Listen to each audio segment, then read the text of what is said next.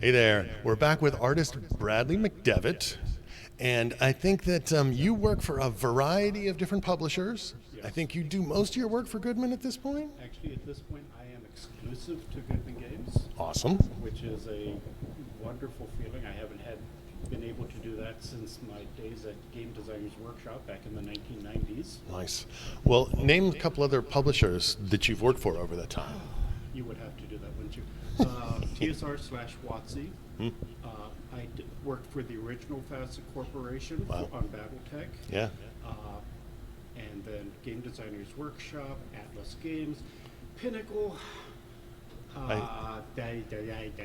Maybe I should have asked you who you didn't work for. That would have been a shorter list, maybe. Just, I didn't work for White Wolf. Okay.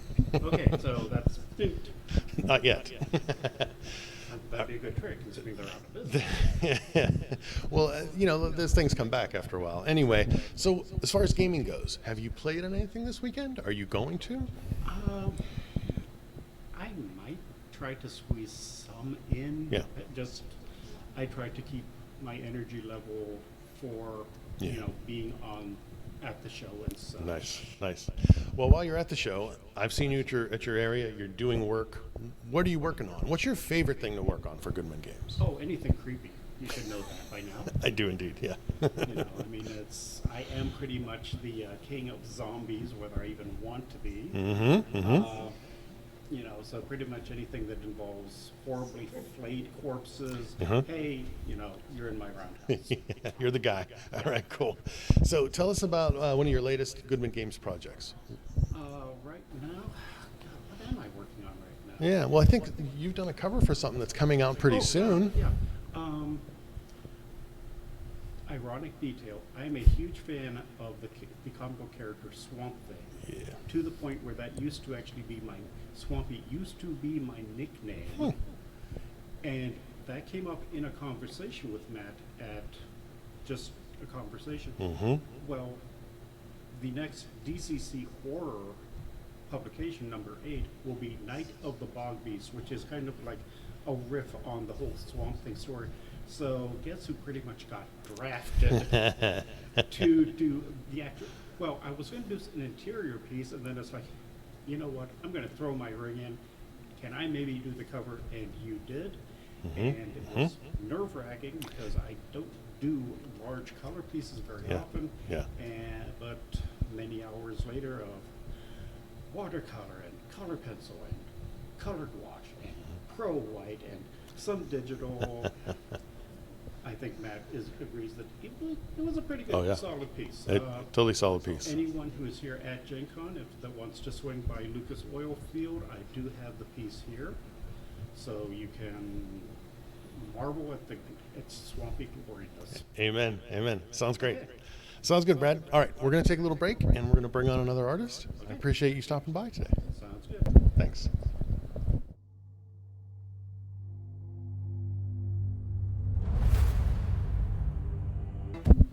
All right, Mr. Chris Arneson, artist who works for Goodman Games, in addition to, I've seen you work on a few other things this year.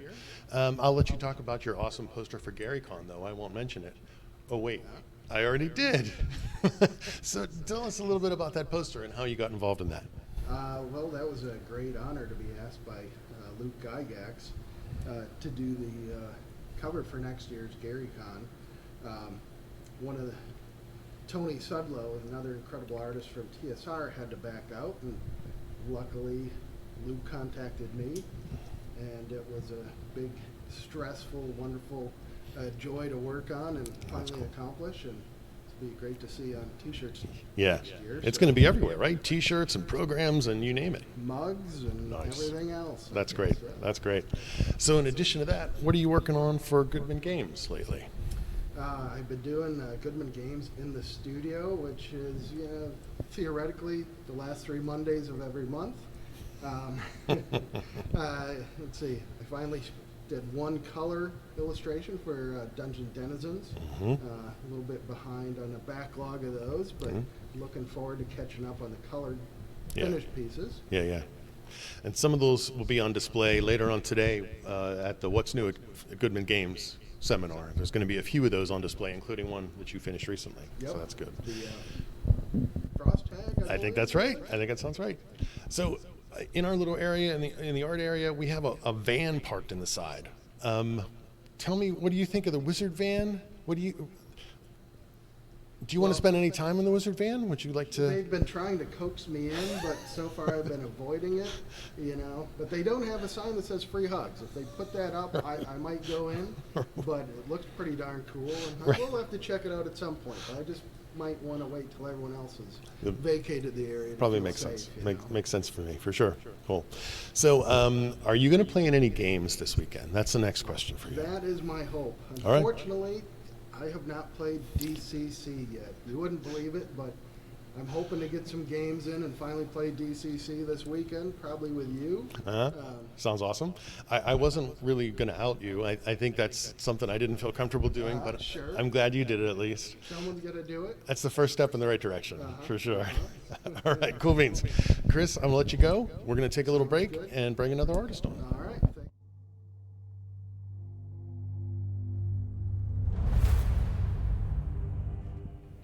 All right, I'm here with Doug Kovacs, illustrator and artist who works for Goodman Games, in addition to a self-published art/comic/gaming magazine. Sure. How would you define the Hoponomicon? That's pretty much it. It's got DCC stuff that we run in after-hours games at Gen Con generally, but at pretty much all the cons.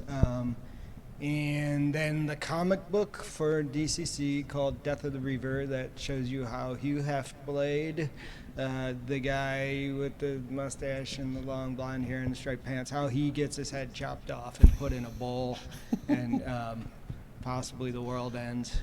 Right. So the story that it's being serialized in the Hoponomicon, which is for sale here and also on your site. Mm-hmm.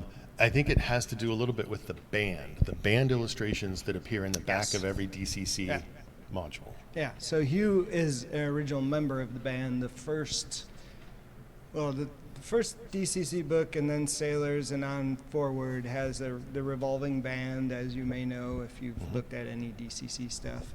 And it's been evolving for 10 years now, so a lot of things have happened. So Death of the Reaver is kind of cementing the story, because in each DCC module there's a band illustration and the band changes, and you don't exactly know what happens in between or after, before or whatever. I guess the public secret, not secret, is that the Lankmar band is before the sequence of the Lankmar band is before the standard one, because Ratface dies in Sailors. Okay. And Dying Earth, I think that one's before.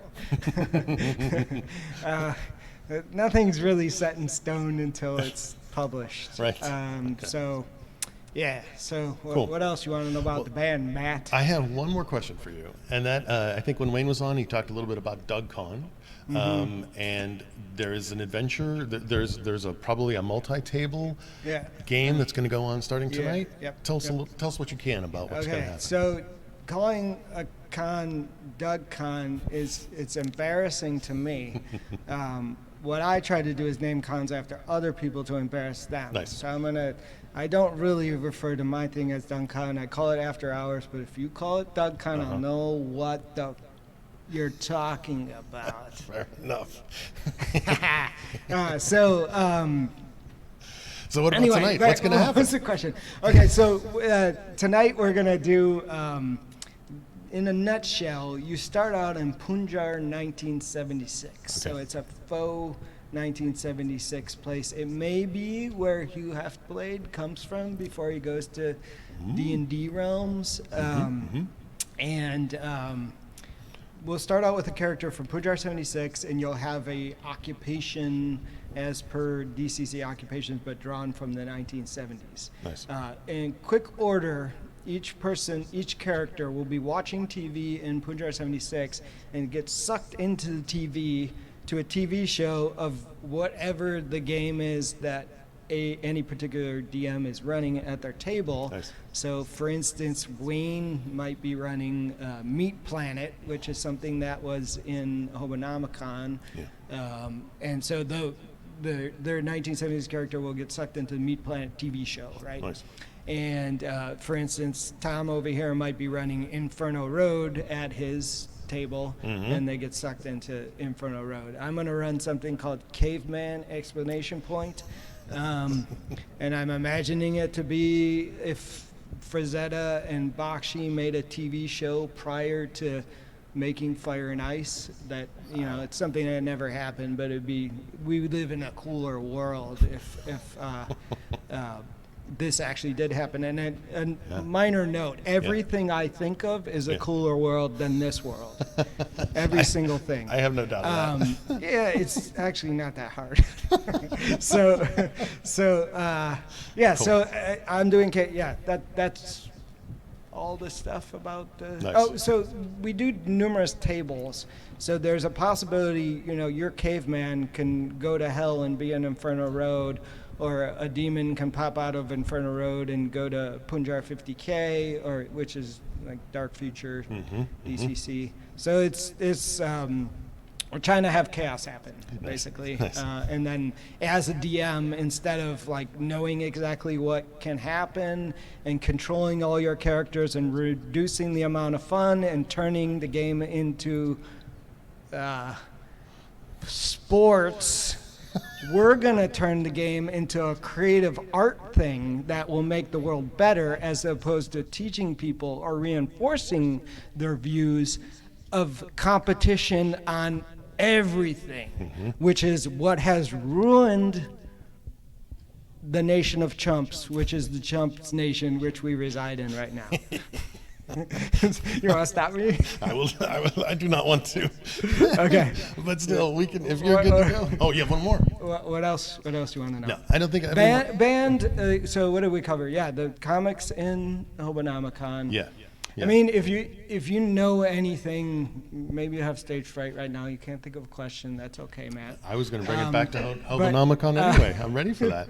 But like, if you have questions about the band, like, you know, what's Chuck Plimpton's favorite color, or yeah, I can answer all that stuff. I've got it written down somewhere. Cool. So you're instructing people to come find you at the art table, bring their Hobonomicon money, and ask you to define mill houses while they're down there. Is that true?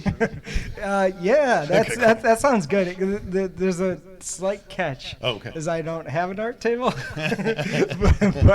but yeah, you can ask me about mill houses. I mean, cool. A slight clue is that mill houses exist in direct contrast to Mansons. So, you know, if you know about that. So, all right, cool. Well, I appreciate what your else you want to know about the band? That's it? I think that's all I need to know. Yep. all We're right. going to let everybody go, but I appreciate you. What are coming those on. words I wasn't supposed to say, Matt? Let's see. I think there was, 7 of them. No. No. Fair enough. You better cut us off. Yes, that's it.